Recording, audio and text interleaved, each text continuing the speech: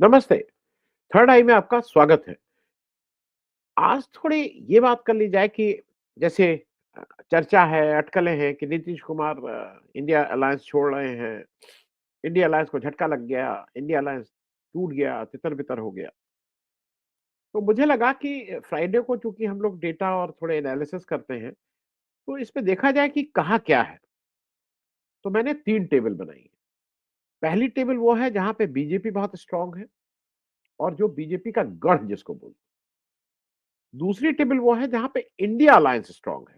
मतलब India alliance as on date इस समय जब मैं इसको रिकॉर्ड कर रहा हूँ तब। कल का इंडिया अलायंस क्या होगा मुझे नहीं मालूम क्योंकि आज इंडिया अलायंस जैसा है, आज इंडिया अलायंस में भई नीतीश जी हैं, कल हो सकता है ना रहें।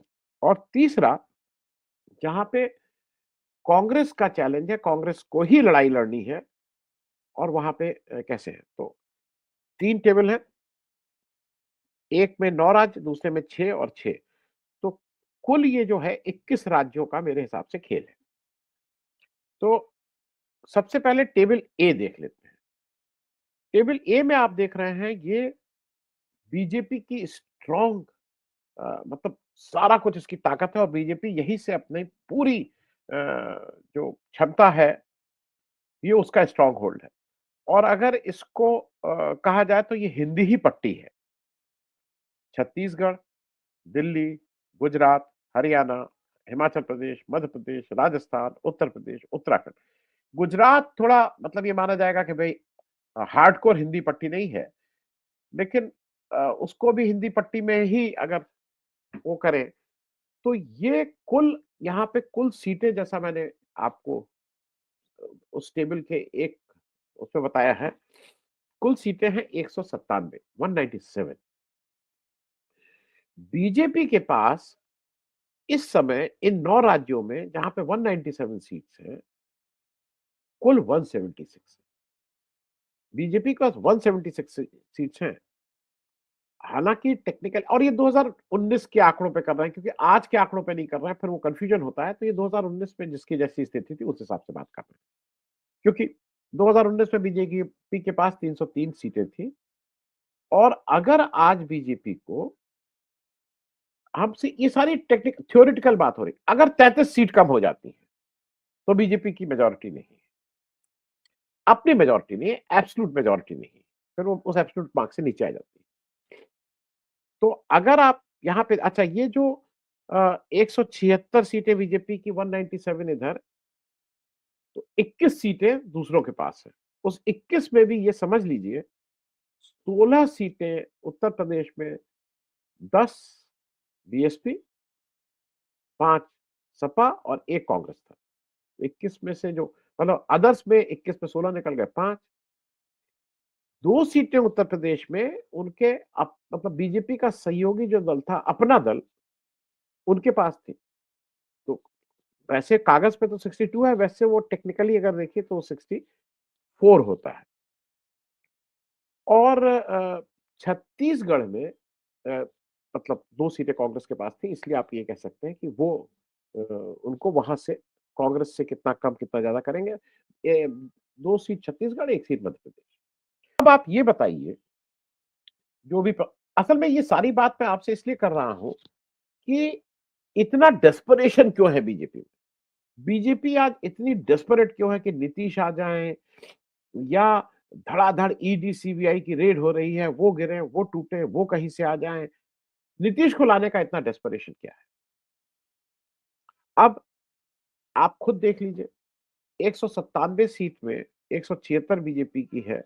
बीजेपी की इसमें कहीं और सीट बढ़ने की कोई गुंजाइश आपको लगती है? या आपको हर जगह लगता है कि यहाँ पे सीटें कम हों? आज क्या आपको लगता है कि बीजेपी बहुत स्ट्रॉन्ग छत्तीसगढ़ में है? 11 में 9 कम होने की गुंजाइश है? दिल्ली में क्या 7 में 7 क्योंकि दिल्ली में ये तय है कि इंडिया अलायंस मतलब कांग्रेस और आम आदमी पार्टी मिलकर इलेक्शन लड़ रहा है।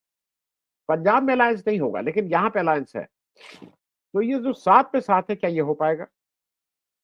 चलिए गुजरात ये मान के चलते हैं 26 में 26। क्या हरियाणा में 10 में 10 है? हरियाणा में जो भी लोग रहते हैं, हरियाणा से आते जाते हैं, 10 में 10 इस बार आ पाएगा? कम होगा। हिमाचल प्रदेश में 4 में 4 क्या हो जाएगा, वहाँ पे हिमाचल प्रदेश में कांग्रेस की सरकार है। सुक्खू जी कोई अभी तक ऐसा नहीं खबर आई है कि कोई बहुत खराब काम कर रहे हैं, तो वहाँ क्या होगा? मध्य प्रदेश में अभी ताज़ा इलेक्शन हुए हैं, 29 में 28 सीट बीजेपी की थी। आपको क्या लगता है ये रिपीट करना आसान है मध्य प्रदेश में? वो इस बार का जो भी परफॉर्मेंस हुआ, लोग कह रहे हैं कांग्रेस अपनी गलतियों की वजह से हारी, कमलनाथ बहुत खराब लीडर थे, वो सारी चीज़ें मान लेते हैं। लेकिन क्या 29 में 28 सीटें फिर से बीजेपी को जीतना यहाँ संभव है? बड़ा प्रश्न चिन्ह है। राजस्थान, राजस्थान में 25 पे 25, वो 24 प्लस 1 था, बेनीवाल जी की एक सीट थी जो उनके साथ थे, इस बार शायद ना रहे या रहे मालूम नहीं। लेकिन पिछली बार उनके साथ थे, 25 पे 25। राजस्थान में जो भी मतलब जो बीजेपी के लोग भी वो भी ये मानते हैं, कोई कहता है 4 सीट, कोई कहता है 5 सीट, कोई कहता है 6 सीट, लेकिन ये मानते हैं कि इस बार कांग्रेस 0 नहीं रहेगी। कितनी सीटें होंगी, आज अभी इस पे बात नहीं करते। उत्तर प्रदेश 80 में 62, 2 उनके अपने दल, 16। आज जैसा माहौल बन रहा है और जैसी बात है, आप उत्तर प्रदेश में मैं ये मान रहा हूँ कि चलिए 62 और 64 वही दिया जाता है। उत्तराखंड में क्या 5 में 5 होगा? उत्तराखंड किसी से पूछ लीजिए। तो मेरा सिर्फ ये कहना है कि 197 में 176 बीजेपी के लिए रिपीट करना मेरे हिसाब से करीब-करीब इम्पॉसिबल है। अब वो 176 से गिर के 160 पे रुकते हैं, 150 पे रुकते हैं, 140 पे रुकते हैं, 130 पे रुकते हैं, ये देखने वाली बात होगी, लेकिन गिरेंगे ज़रूर वहाँ से। और 35 ही सीटें सिर्फ कम होने की बात है। अब आ जाइए टेबल बी पे। टेबल बी पे वो 6 राज्य हैं जहां पे इंडिया अलायंस का टेस्ट होना है। जब मैं टेस्ट बोल रहा हूं तो वहां पे गठबंधन का बेसिकली मामला रहेगा। बिहार, 40 में 1 सीट थी इंडिया अलायंस की, 40 में 1 थी। बीजेपी की 17 सीटें। झारखंड, महाराष्ट्र, तमिलनाडु, वेस्ट बंगाल, केरल, कुल सीटें 203। कुल इंडिया अलायंस के पास 203 में कितनी सीटें? 90। और बीजेपी के पास कितनी सीटें? 69। ये इंडिया अलायंस का गढ़ है। मतलब यहां से इंडिया अलायंस के बहुत से लोग, कोई प्राइम मिनिस्टर बनने की बात कर रहा है, कोई संयोजक बनना है, किसी को, सारा झगड़ा यहीं पे है। बिहार में 40 में पिछली बार 1 सीट थी। इस बार नीतीश चले जाएं, रहें, जो भी हो, क्या आपको लगता है कि इसके बाद इंडिया अलायंस को 1 ही सीट मिलेगी? झारखंड, 14 में 2 सीटें थी। एक झारखंड मुक्ति मोर्चा, एक कांग्रेस की। आज की तारीख में जैसा जहां स्टैंड कर रहे हैं, वहां आपको क्या लगता है कि वहां 40 में 14 में केवल 2 सीटें रहेंगी? महाराष्ट्र, 48 में 5 सीटें पिछली बार थी, 5 इंडिया अलायंस की। आज आपको क्या लगता है? बीजेपी की 23 सीटें थी। सिर्फ बीजेपी की बात कर रहा हूं मैं, एलआई की बात नहीं कर रहा। तमिलनाडु में 39 में 38 थी अलायंस की, इंडिया अलायंस की। उसको वहां कोई चैलेंज करता हुआ नहीं दिखाई दे रहा है, क्योंकि एआईएडीएम के जो जिसके नेतृत्व में वहां बीजेपी चुनाव लड़ती थी, वो अब एनडीए से बाहर निकल गया है, तो वो अब बीजेपी के साथ नहीं है। बीजेपी अकेले मतलब वहां पे तो रवि जी ही एक तरह से उसका नेतृत्व कर रहे हैं। रवि जी के नेतृत्व में मतलब जिस तरह का काम किया जा रहा है और जिस तरह से तमिलनाडु की बहुत सी चीजों को चैलेंज किया जा रहा है, क्या वहां पे कोई भी गुंजाइश है? मुझे नहीं लगता है कि वहां कोई गुंजाइश हो। वेस्ट बंगाल, इंडिया अलायंस की वेस्ट बंगाल में 24 सीटें, 22 तृणमूल कांग्रेस, 2 कांग्रेस की, 18 बीजेपी। एक चीज याद दिला दूं, 2014 में जब मोदी जी आए थे, तो वेस्ट बंगाल में ममता बनर्जी की 34 सीटें थी, 34। आज वो घट के 22 रह गई। जैसा ममता बनर्जी जितना एग्रेसिवली लड़ रही हैं, वहां उन्होंने ये कहा है कि वो इंडिया अलायंस का पार्ट रहेंगे। वहां वो अकेले लड़ती हैं, कांग्रेस को सीट देती हैं, लेफ्ट को सीट देती हैं, नहीं देती हैं। मुझे नहीं लगता है कि 24 का 24 रिटेन करने में कहीं कोई दिक्कत हो रही है। केरल 20 में 20, इंडिया अलायंस मतलब जो बँटवारा है लेफ्ट और कांग्रेस के मतलब लेफ्ट और हाँ, यूपीए के बीच होगा, वहाँ मुझे नहीं लगता है कि बीजेपी कोई भी इनरोड कर पाएगी। अब बीजेपी की इन जगहों पे 69 सीट है, 69। अब अगर आप इस 69 को देखिए, तो आपको साफ-साफ ये दिखाई दे रहा है कि बीजेपी का सीटें कम होने का हर जगह गुंजाइश ज़्यादा है। वो ओवरऑल आप देख लीजिए। इंडिया अलायंस का बिल्कुल ये चैलेंज है कि इंडिया अलायंस में अगर सब लोग एक साथ हुए हैं, आमने-सामने की लड़ाई की बात कर रहे हैं, एक परसेप्शन बनाने की बात कर रहे हैं, तो ये बिल्कुल इंडिया अलायंस के सारे गठबंधन के लोगों की ज़िम्मेदारी है कि इन 6 स्टेट में उनको बेटर परफ़ॉर्म करना है। मैं इसमें उत्तर प्रदेश को तो मैंने ऊपर ही डाल दिया, मैंने उसपे नहीं कहा है, वो तो मैं मान के चल रहा हूँ कि वो चलिए उनका वो है। अब तीसरी टेबल पे आ जाइए, जो कांग्रेस का चैलेंज है, जिसके लिए राहुल गांधी भारत जोड़ो यात्रा 1, भारत जोड़ो यात्रा 2, भारत जोड़ो न्याय यात्रा ये सब दिन-रात एक किए हुए हैं। ये 6 स्टेट हैं, कर्नाटक, असम, तेलंगाना, आंध्र, उड़ीसा, पंजाब। इन सारी स्टेट में असम में बीजेपी की सरकार है। बाकी किसी जगह बीजेपी की सरकार नहीं है। कर्नाटका और तेलंगाना में कांग्रेस की सरकार है। पंजाब में आम आदमी पार्टी की सरकार है जो इंडिया अलायंस का पार्टनर है। आंध्र और उड़ीसा में मतलब वो न्यूट्रल इसलिए है कि जिसकी केंद्र में सरकार होगी वो उसके साथ जाएंगे, उन लोगों की सरकार है। कुल सीटें 118, कांग्रेस की 118 में 16, दो जगह सरकार, कर्नाटक और तेलंगाना में सरकार होते हुए इन दोनों जगह में 45 कुल सीटें हैं, लेकिन 6 राज्यों में मिला के उनके पास कुल सीटें 16। कर्नाटका और तेलंगाना जहां 45 सीटें हैं, कुल सीटें 4। बीजेपी के पास 48।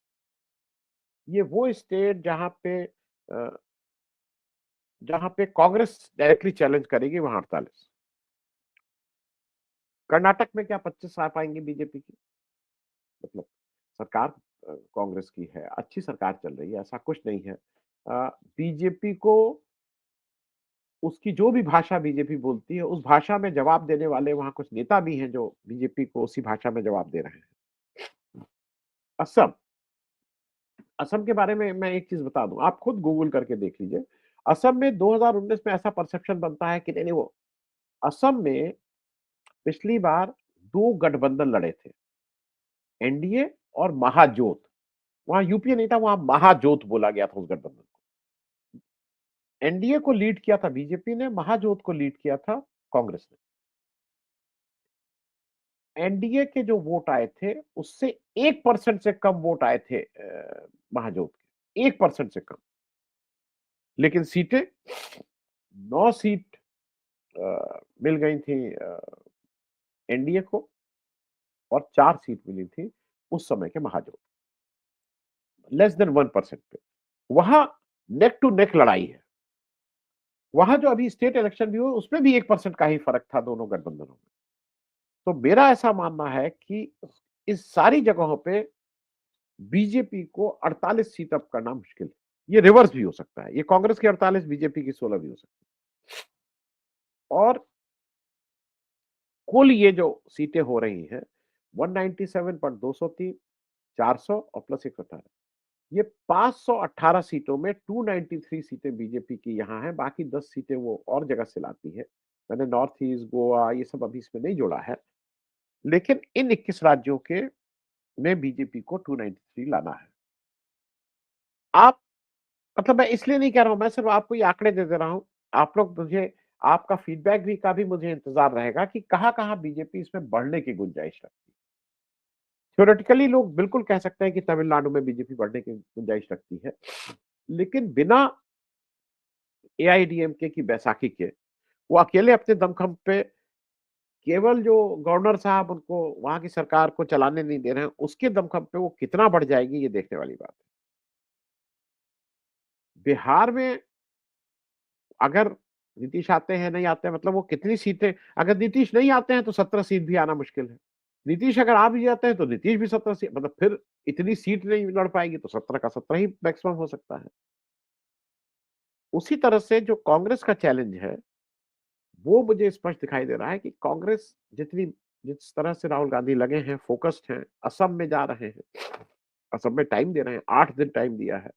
अ, जमीन पे उतरे हैं, बहुत दिनों बाद, मतलब 20, 30, 40 साल बाद मुझे सड़क पे नेता लोग दिखाई दे रहे हैं, पार्टियाँ दिखाई दे रहे हैं, उनके कार्यकर्ता दिखाई दे रहे हैं, आ आंदोलन कर रहे हैं, प्रदर्शन कर रहे हैं, लाठी खा रहे हैं। तो इन सब में जो डेस्परेशन है बिहार का, वो डेस्परेशन ये है कि बिहार में ही एक ऐसी जगह थी, जहाँ जो जो वहीं से एक ही जगह से उनको 40 में 1 सीट भी मिलना मुश्किल हो रहा था। तो इसलिए नीतीश को लाने का डेस्परेशन है। एक-एक सीट बीजेपी को लगता है इम्पोर्टेंट है, क्योंकि जितना बीजेपी जिस तरह से बताती है, उतना आसान नहीं है। वो चाहे राम मंदिर, G20, वो रोज़ कुछ ना कुछ कर रही है, लेकिन अभी तक वो विनिंग फ़ॉर्मूला उसके पास आया नहीं है। अ, मुझे नहीं लगता है कि विनिंग फ़ॉर्मूला इतनी जल्दी आएगा, क्योंकि उनकी लाइन और लेंथ बिगाड़ने के लिए भारत जोड़ो यात्रा ही केवल पर्याप्त है। बाकी इंडिया अलायंस के बाकी जब लोग और ठीक से जुट जाएँगे इसमें, तो चीज़ें और साफ दिखने लगेंगी। Thank you so much. बहुत-बहुत धन्यवाद।